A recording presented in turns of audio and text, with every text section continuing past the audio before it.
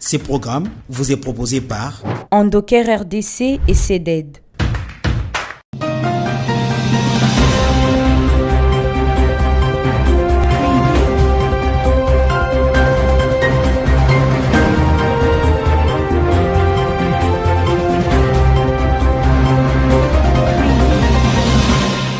Très heureuse de vous retrouver dans le compte de Sassa Magazine, votre rendez-vous hebdomadaire d'information. Mesdames et messieurs, bienvenue. Le gouvernement suinois est instruit désormais de tout mettre en œuvre pour protéger les pouvoirs d'achat de Congolais. Sassa Magazine. À suivre également dans ces magazines de mesures drastiques prises par le VPM de l'Intérieur pour assurer l'inviolabilité du palais du peuple. Voilà tout pour les sommaires. La protection du pouvoir d'achat de Congolais. Le président Tshisekedi a, au cours d'une réunion restreinte avec le ministre sectoriel, mercredi 6 août, donné des instructions claires et fermes au gouvernement afin d'annoncer de mesures et s'assurer de leur application sur le terrain. Suivez ces reportages. Revenu ce mercredi matin d'un séjour médical à Bruxelles, le chef de l'État Félix-Antoine Tshisekedi Tshilombo a présidé à la Cité de l'Union africaine une réunion restreinte du gouvernement. La première ministre Judith Suminwa et une dizaine de ministres sectoriels ont pris part à cette séance de travail. Des questions d'ordre sécuritaire dans l'est du pays, la situation socio-économique et humanitaire ont été abordées au cours de ce conseil restreint. Le chef de l'État a donné des orientations claires et précises dans différents domaines pour des actions concrètes. Comme annoncé d'ailleurs aujourd'hui, après son arrivée de Belgique, le président de la République, conformément à l'article 48 alinéa 3 de l'ordonnance portant organisation et fonctionnement du gouvernement, modalités de collaboration entre le président de la République, le Premier ministre ainsi que le membre du gouvernement, le président de la République a présidé une réunion restreinte du gouvernement pour statuer essentiellement sur deux points. Le premier point, c'était sa communication, et les deuxièmes points concernaient la prorogation de l'état de siège. Et donc, sur ces deuxièmes points, le Conseil de ministres, donc la réunion restreinte dont les décisions engagent le gouvernement, a adopté le projet d'ordonnance loi portant prorogation de l'état de siège qui entre en vigueur à partir du 9 août 2024. Le seul et unique point abordé par le président de la République dans sa communication concernait les mesures à prendre pour l'amélioration du pouvoir d'achat des Congolais. Vous savez qu'en 7 conseils de ministres, le président de la République a eu l'occasion à 2 reprises de s'exprimer sur le sujet. Au dernier conseil de ministres, il avait donné l'exemple du prix du pistolet qui a doublé et des instructions fermes ont été données à la première ministre pour qu'elle s'assure qu'au niveau de la commission ECOFIN et reconstruction du gouvernement, que des mesures soient envisagées. Et donc, aujourd'hui, nous avons abordé les premières mesures qui ont été prises au niveau du ministère de l'économie nationale, qui concernent essentiellement les mesures à prendre pour la baisse de prix des denrées de première nécessité. Donc, les denrées principales ont été identifiées, des mesures ont été proposées, notamment en termes des réductions de certains droits et taxes et redevances, mais aussi en termes de tracasserie qui peut y avoir, des difficultés des transports. Nous avons eu en 3 heures du temps l'occasion de faire le tour complet des mesures qui sont envisagées et les ministres, le vice-premier ministre, le ministre de l'économie ainsi que les ministres des finances ont été appelés à harmoniser les vues pour qu'au conseil de ministres de vendredi, nous puissions adopter formellement ces mesures qui pourront être annoncées très rapidement dès que le conseil de ministres se terminera. Ici, la volonté du président de la République, c'est que très rapidement, les Congolais puissent être en mesure de voir les conséquences des mesures qui ont été prises en achetant des denrées qui ont été ciblées à des prix réduits. Voilà l'essentiel de la réunion restreinte du Conseil de ministres de ce jour qui a été présidée par son Excellence Monsieur le Président de la République. Dans le cadre de la séparation du pouvoir entre l'exécutif national et l'Assemblée nationale, le chef de l'État Félix Tshisekedi et Vital Kamerhe ont convenu d'une évaluation régulière et permanente de la situation sécuritaire à l'Est. Le Parlement a été chargé d'éveiller à la transparence dans la gestion de finances publiques dans toutes les entreprises. Voilà ce que révèle le speaker de l'hémicycle au sortir du tête-à-tête avec le président de la République mercredi 7 août. Suivez Vitel Kamere dans ses propos recueillis et choisis par Sasa Studio. Grâce à Dieu, j'ai trouvé le président en forme, puisqu'il voulait m'enquérir d'abord sur la situation de sa santé ici. En tant que président de l'Assemblée nationale, je voudrais rassurer le peuple congolais que notre chef se porte très bien. En ce qui concerne la sécurité, avec le président de la République, nous avons convenu, et c'est lui le garant au terme de l'article 69 de notre Constitution, de faire une évaluation régulière de la situation sur le terrain.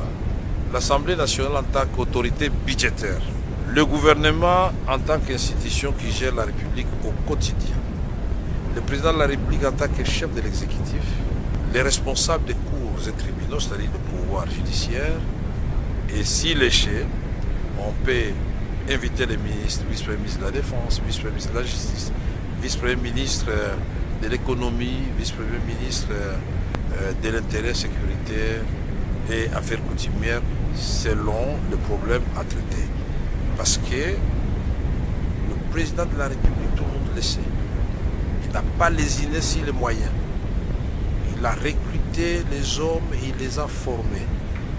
Il les a lotis des équipements pour faire face à cette guerre qu'on nous a imposée.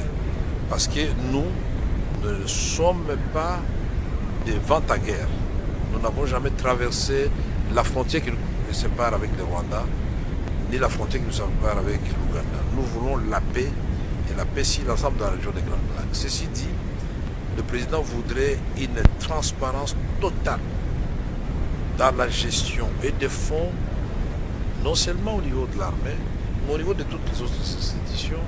Plus rien ne sera comme avant. Émeute enregistrée mardi 6 août au Palais du Peuple. Cette question a fait l'objet des échanges entre le premier vice-président de l'Assemblée nationale, Isaac Jean-Claude Chilumbayi, et le VPM de l'Intérieur, Jacquemain Chabani, à l'issue desquels le gouvernement a rassuré les parlements de mesures idoines prises afin d'assurer l'inviolabilité du temple de la démocratie en RDC. Espérons Daniel Kamboulou pour ces reportages.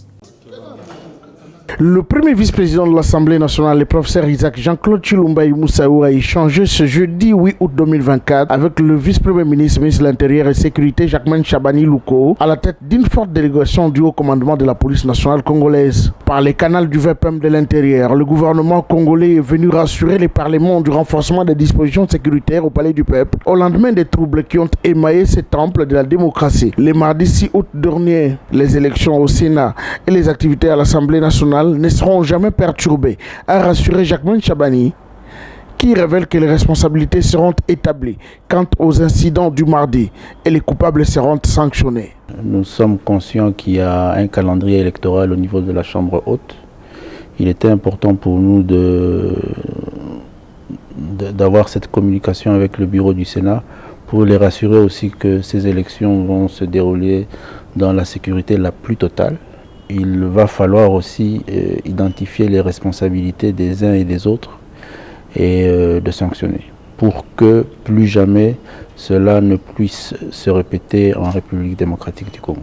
C'est un geste de réconfort salué par le premier vice-président de l'Assemblée nationale, le professeur Isaac Jean-Claude Chilumbayi Moussaou, qui se réjouit de la réponse rapide du gouvernement congolais qui est appelé à veiller pour que le Palais du Peuple reste un lieu inviolable. Le préparatif de la rentrée parlementaire prévue le 15 septembre prochain exige un environnement serein qui nécessite que les mesures sécuritaires soient renforcées et bien assurées, a renchéri le premier vice-président de l'Assemblée nationale. La présence du VPM ici, c'est une garantie pour nous. Nous avons évoqué les failles intervenues notamment dans la sécurisation de bâtiments et des locaux de l'Assemblée nationale et qu'il nous a confié qu'il avait pris toutes les mesures pour que ceci ne se répète pas, notamment en commençant par le déroulement aisé des échéances électorales au Sénat d'ici samedi, mais aussi la suite avec les perspectives de la rentrée parlementaire, de notre fonctionnement harmonieux pour la tenue des plénières. Avant cette rencontre à l'Assemblée nationale, le VPM de l'Intérieur a commencé par le Sénat, où il a assuré les bureaux provisoires de mêmes mesures sécuritaires. Skywood, la solution innovante et durable. Direction la région du Kasaï où le ministre du Développement rural Moïse Nzangi a effectué une visite d'inspection de 182 km de routes des dessertes agricoles en construction dans le Kasaï central et oriental. Ces infrastructures, une fois terminées, permettront l'évacuation de produits agricoles vers le grand centre de consommation.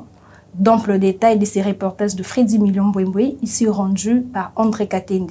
Le ministre national du développement rural Moïse Nzangi est arrivé ce dimanche 4 août 2024 à Kananga, chef-lieu du Kasaï central. Une visite stratégique dédiée à l'inspection des travaux de construction et de réhabilitation des routes de dessertes agricoles dans les provinces du Kasaï oriental et Kasaï central. On a déjà commencé des travaux sur les tronçons Kabeya-Kamwanga-Mupomba.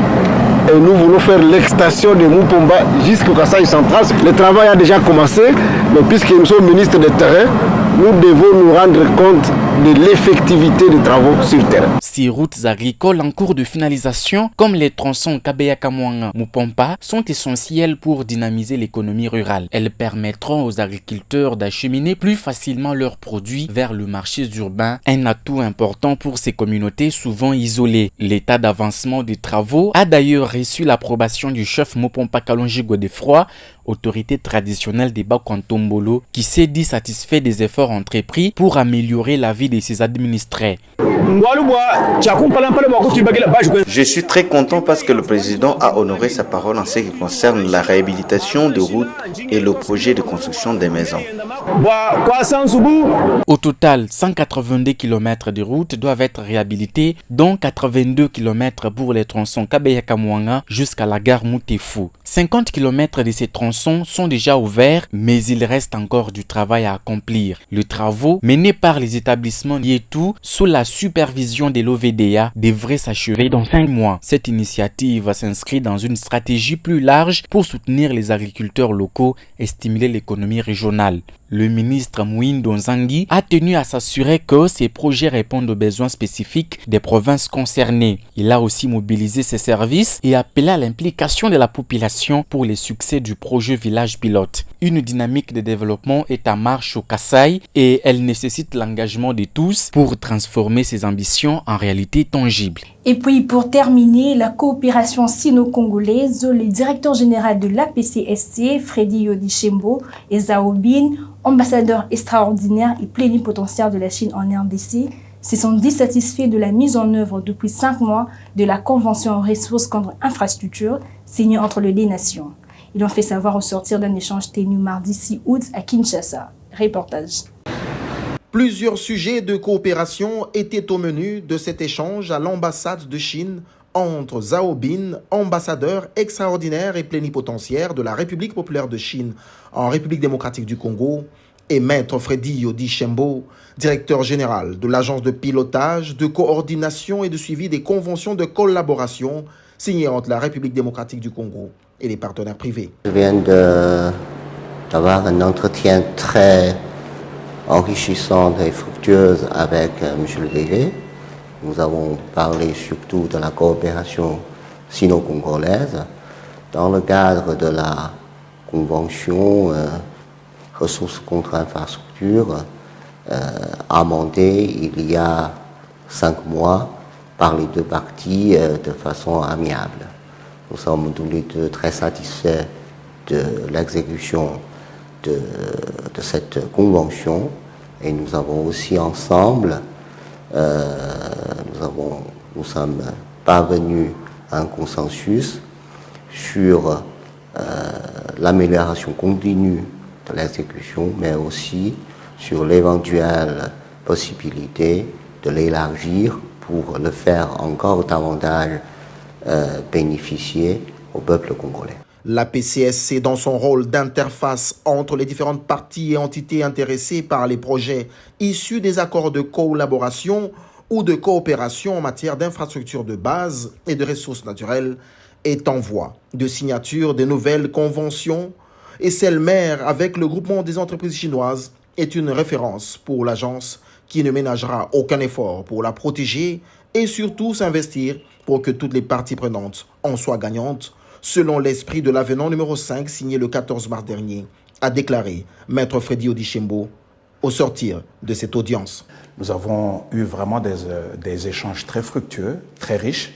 Nous avons parlé autour de la Convention sino-congolaise qui est vraiment un outil très important pour le développement de notre pays, surtout dans son volet des infrastructures. J'ai toujours insisté auprès des autorités de la République et de l'opinion publique que le modèle de la SICOMINE est le seul modèle qui, jusqu'à ce jour, nous a permis d'utiliser à bon escient nos ressources naturelles. On sait que ce modèle nous dote des infrastructures de base. On peut aujourd'hui rouler sur des routes qui ont été construites sur fond de cette convention.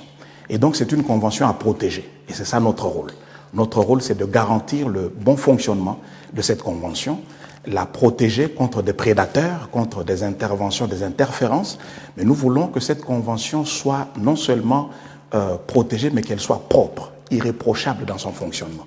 Nous avons trouvé dans Monsieur l'ambassadeur un interlocuteur très judicieux et nous pensons que nous sommes tous ensemble déterminés à faire jouer à cette convention son rôle dans le développement des infrastructures. Mais quant à nous, la PCSC, nous devons aussi assumer le rôle, n'est-ce pas, de faciliter la mise en œuvre de cette convention. C'en est complètement fini pour ce numéro de Sasa Magazine. Merci d'avoir été de milieu à nous suivre sur différentes chaînes partenaires. L'info continue sur notre site internet www.sasastudio.net.